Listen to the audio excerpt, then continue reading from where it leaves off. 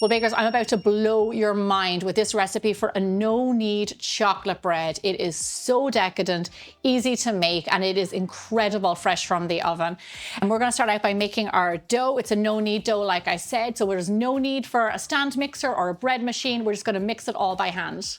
So first things first, bread flour. Now for this recipe, I don't want you to use all-purpose flour. I do want you to use bread flour. It has higher protein, around 11 to 13%.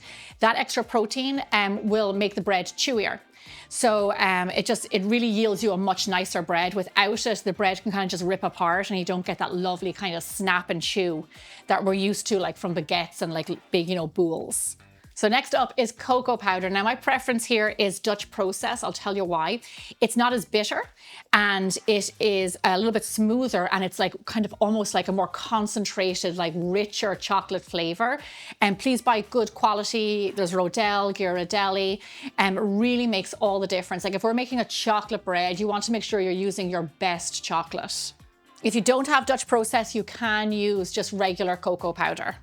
Next up is our yeast. This is, like I said, a no-knead yeasted bread. What I like to use with regards to yeast is instant yeast, because you just add it straight in there to the dry ingredients.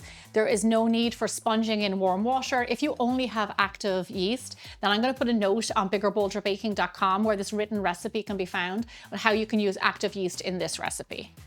Just a rule of thumb, I always use instant yeast. I just find it so much easier to use. Next up, a little bit of sugar to balance out the bitterness of the chocolate, help the yeast grow, and just sweeten up our bread a little bit. Beautiful, just regular granulated sugar. And of course, salt. Salt is so important in our baking. If you've been watching Bigger Bolder Baking for over 10 years, you will know that at this stage. So a good, generous sprinkling of salt. Plus, salt is the perfect accompaniment when it comes to chocolate. It just really enhances the flavor and kind of has you coming back for more. Now I'm just going to mix those dry ingredients together. So next thing I'm going to add are chocolate chips. Now let me tell you about these chocolate chips. I use Ghirardelli. These are really good quality. They're bittersweet, so they have more chocolate and less like sugar added. I definitely recommend bittersweet. You can also use semi-sweet if you want to, which are a little bit more milky. Please use good quality. It's well worth it. The reason I use chips in this bread and not chopped chocolate like I often do in my recipes, and I know that I did create a TikTok giving out about chocolate chips. Do not use chocolate chips, but I don't want the chocolate to melt in this. The thing about the chips is that they will hold their structure and they won't pour out in the bread. So I want them to be like lumps of chocolate throughout the bread. So that's why I'm using these. So scatter those in there. Yummy, yummy. So now when I was researching this recipe, I really put a lot of thought into it. Like, what are the best ingredients to put in? Like, how can I just make the flavor like the best possible? So I decided to add in a little bit of olive oil into the dough. Olive oil is great in bread making, but olive oil also has a lot of flavor. It's salty, it's kind of nutty, it's fatty. Like, you're getting all of these things in your bread. So like, it's actually kind of like a secret weapon. I use it a lot in my baking. You might not have noticed.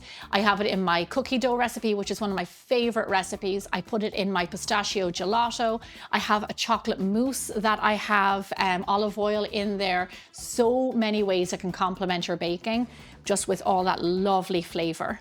And as always, please use the good quality stuff. Please do not substitute this with vegetable oil or canola oil, I beg you. Okay, next up, water. Lukewarm water, help the yeast to grow, to move, to proof. So the beauty of this recipe is no machine needed. So I have my spatula and I'm just gonna mix it together with my hands. What I really like to do when it comes to no-knead doughs is actually put down the spatula and go in with my hands, because then I can feel the exact amount of moisture. We just want to add enough water until our dough comes together to form a ball. We don't want it to be a soggy, wet dough. It is high hydration, but we don't want it to be a doughy mess. Okay, lovely. So this is the texture that we're going for. So that's how simple it is to form this dough, 2 minutes by hand. Now, here's what we do. Cover it tightly in cling wrap, letting no air get at that dough. Put an extra clean tea towel on top for snugness. Now here's what we do. If you've never made a no-knead dough before, what you do is you ferment this dough. So rather than putting on a machine and then working the machine and working the dough, we're going to use time to help develop the gluten. Over time, we're going to give it 12 to 18 hours. Over this period, it will strengthen the gluten, Bubbles will develop, it will grow, it'll get stronger, will also develop flavor and the texture of the bread. So the longer you give this, the better. So a minimum of 12 hours, but I like to go up to almost 18 hours to really get an amazing dough. So set it over to the side at room temperature. We always make this the day before, and then we'll come back and check it out. So like any good cooking show, here's the dough I made yesterday. I want you to take a look at this. So come here to me. Get a good look at this dough. This is what fermented doughs look like. They're really bubbly, they're jiggly. They do smell a little bit boozy. And when I first started making these, I was like, oh my gosh, it's gone bad, like years ago when I was a teenager. And then I realized that's not a bad smell. That's flavor, that is a fermented dough, it's saltiness, it's nuttiness. Like this is exactly what we want. So this dough is ready to be shaped and put into our cast iron pot. So I'm gonna flour my surface here. This can be a bit of a sticky job. And I'm going to turn my dough out onto my countertop. So if you watched a lot of my other bread videos, you will have seen me do this technique before. I'm going to pull and stretch the dough 4 ways, like this. Pull it from the outside, pull it into the center. And I keep going until it gets nice and firm. Now, this is another form of kneading. Just like this. And you might think like, well, do I want to do that? Because I'm knocking out all the air that you created over the 12 hours. And like, yes, you are, that's true. But you're not weakening the dough, you're strengthening the dough so it can capture even bigger bubbles when we proof it next. Because it's going to develop gases over the next hour plus of proofing. And we want a strong bread to be able to trap those gases. And that's what we're doing here. There we go. You'll feel it tighten up, you'll feel it get smooth. It's instantly not as wet as what it was. And then I turn it over. I do a little booly, which is just pull it together nice and tight.